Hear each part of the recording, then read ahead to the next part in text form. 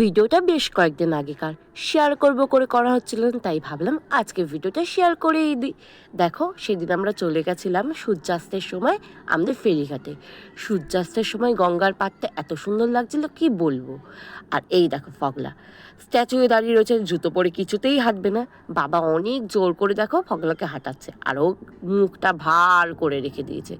যাই হোক, এভাবে অনেক জোরাজুরি করার পরে কিছুক্ষণ পরে দেখি ফগলা একা একাই হাঁটছে। তাই দেখে ওর বাবার যে কি খুশি কি বলবো। দেখো, একটু ভিডিও করব, ফগলাকে দেখেই যাচ্ছে, কিন্তু ও জল দেখে এতই ব্যস্ত আমার দিকে তো ঘুরেই তাকাচ্ছে না।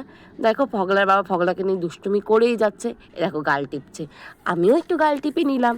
আর এদিকে দেখো ফেরিঘাটে তখন নৌকো চলে এসছে। সূর্যাস্তের সময় নৌকোটা কি ভালো লাগছিল কি বলবো। ফগলা কোলে কিছুতেই থাকবে না, বারে বারে শুধু কোল থেকে নেমে যায়। এত দুষ্ট হয়েছে না ছেলেটা কি বলবো। তিনজনে মিলে এখানে একটু দুষ্টু মিষ্টি সময় কাটিয়ে বাড়ির পথে রওনা হলাম, সন্ধ্যা নেমে আসছিল তাই।